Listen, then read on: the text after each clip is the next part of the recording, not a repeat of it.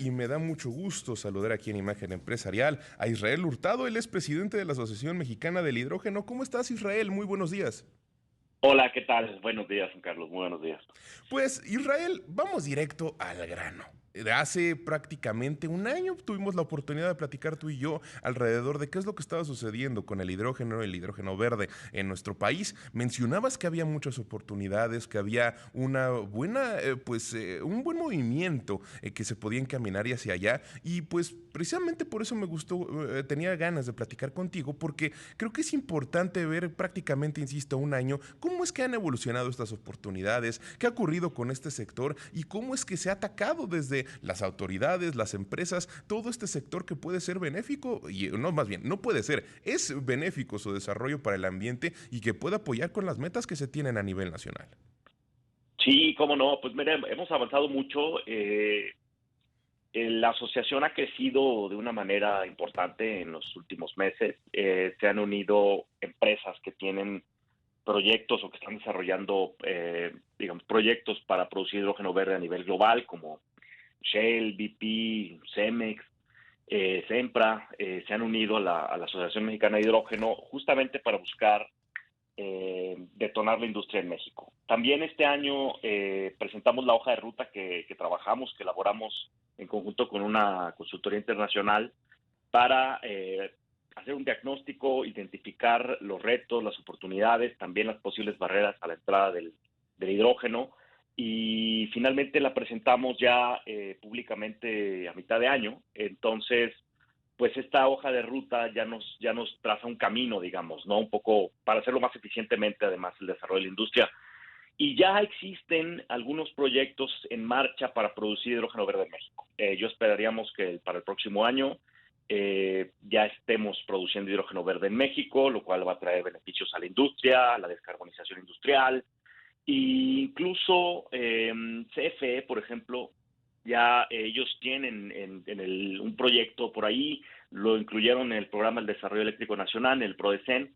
Eh, entonces, pues bueno, creo que va avanzando, y algunas autoridades con las que hemos platicado pues están muy interesadas y se quieren involucrar en el tema, ¿no? Entonces, creemos que fue un buen año para la asociación y para el hidrógeno en términos generales, pero esperamos consolidarlo definitivamente para el próximo año, Juan Carlos.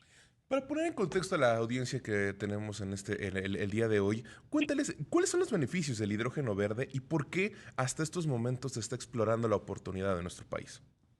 Sí, cómo no. Mira, el hidrógeno verde, bueno, el hidrógeno en términos generales ya se utiliza desde hace muchos años en procesos industriales.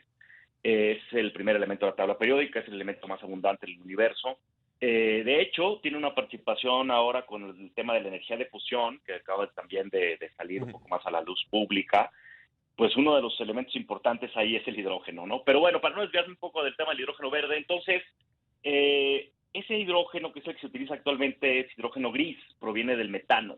Y pues bueno, es igual de contaminante que cualquier otro combustible fósil. Entonces, en estos esfuerzos de lucha contra el cambio climático y descarbonización y transición energética, la ONU y el panel de expertos contra el cambio climático es un panel de expertos internacionales, y en las COPs, que acaba de pasar la número 27 en Egipto, en todas estas paneles y COPs se ha impulsado el tema del hidrógeno verde, dado que es un vector energético, es decir, es un elemento que puede constituirse en un combustible no contaminante, con cero emisiones, y que puede ayudar y contribuir a la lucha contra el cambio climático. Entonces, se considera que puede ser un vector energético, es decir, almacena energía, por lo tanto, puede servir para mover vehículos. Ya hay trenes que funcionan con hidrógeno, autobuses, vehículos particulares, y también para generar electricidad, y también para mezclarse con el gas natural y descarbonizar el gas natural, por ejemplo, ¿no? Entonces,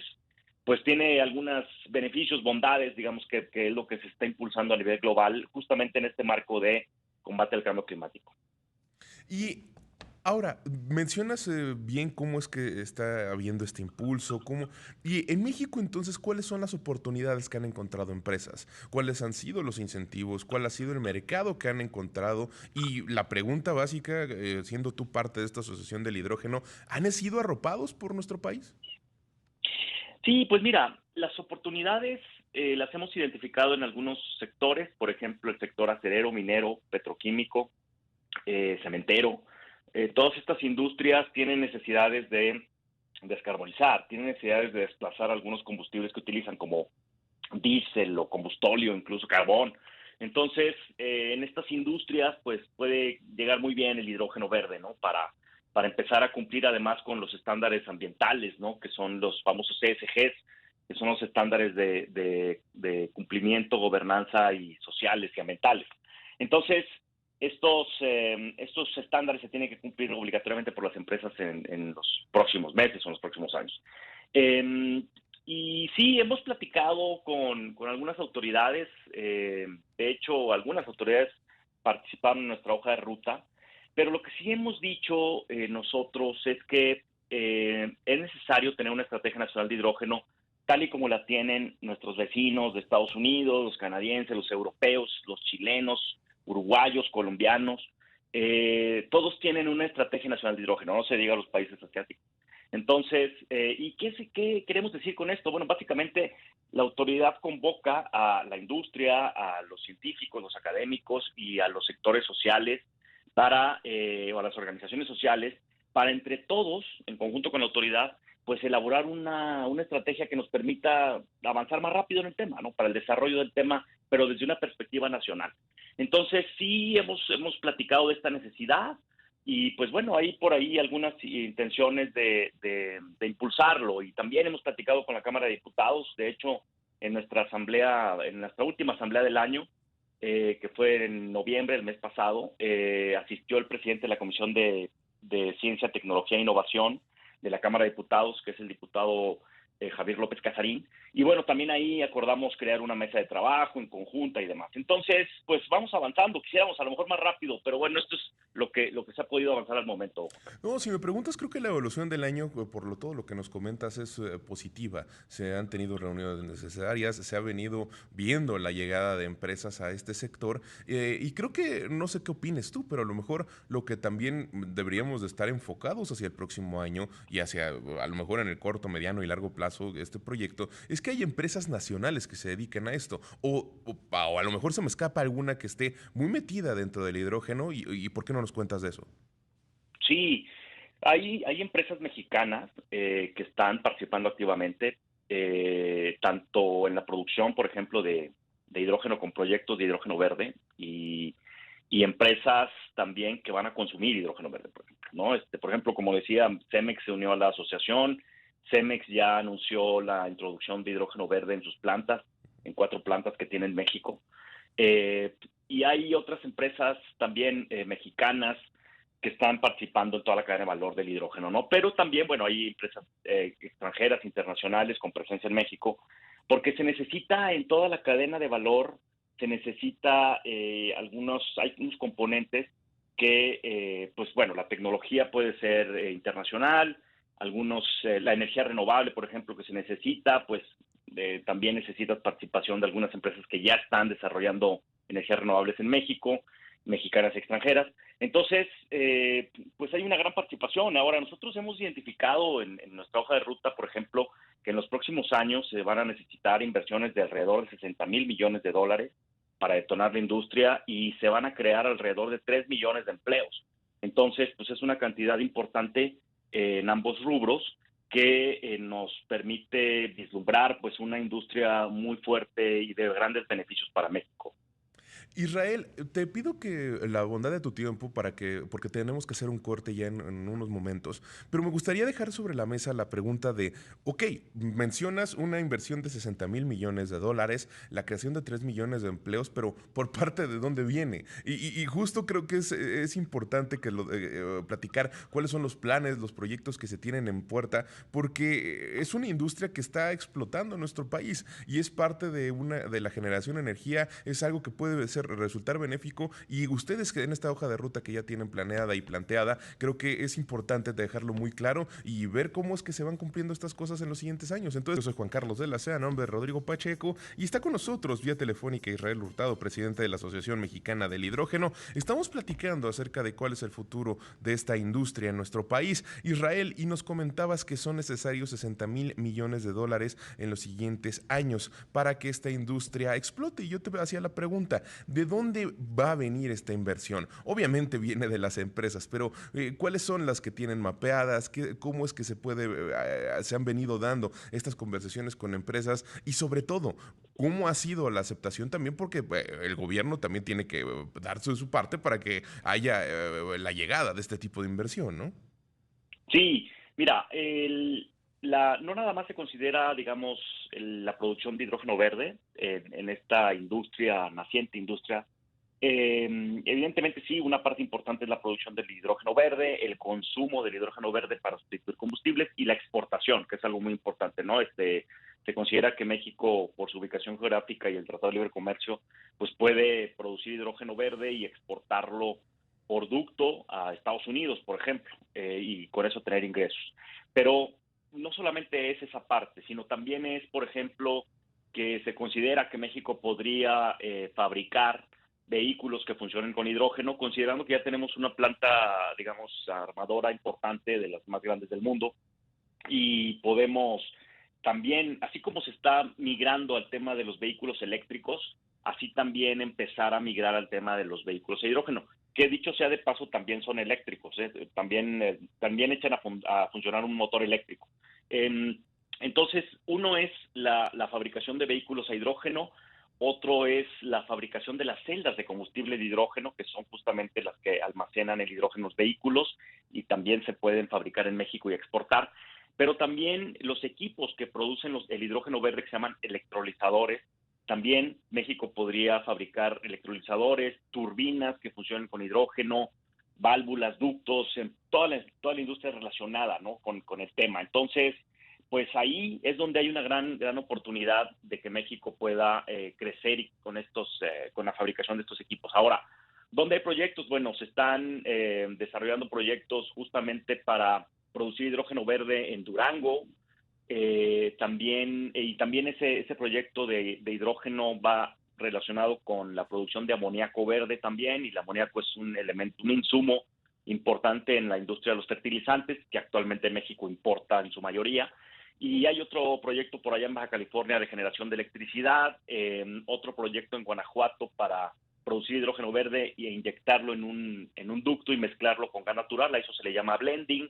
El proyecto justamente de CFE, de generar electricidad con hidrógeno verde, y también nosotros hemos platicado con algunas autoridades para echar a andar autobuses de pasajeros urbanos, o sea, el Metrobús, pero que funcione con hidrógeno. Esto ya sucede en algunas partes del mundo, entonces nosotros lo que queremos y nos encantaría es ver algunos camiones del Metrobús que funcionen con hidrógeno, por ejemplo. Entonces, en toda esta gama, pues hay grandes oportunidades para empresas mexicanas que pueden participar en toda esta cadena de valor, ¿no?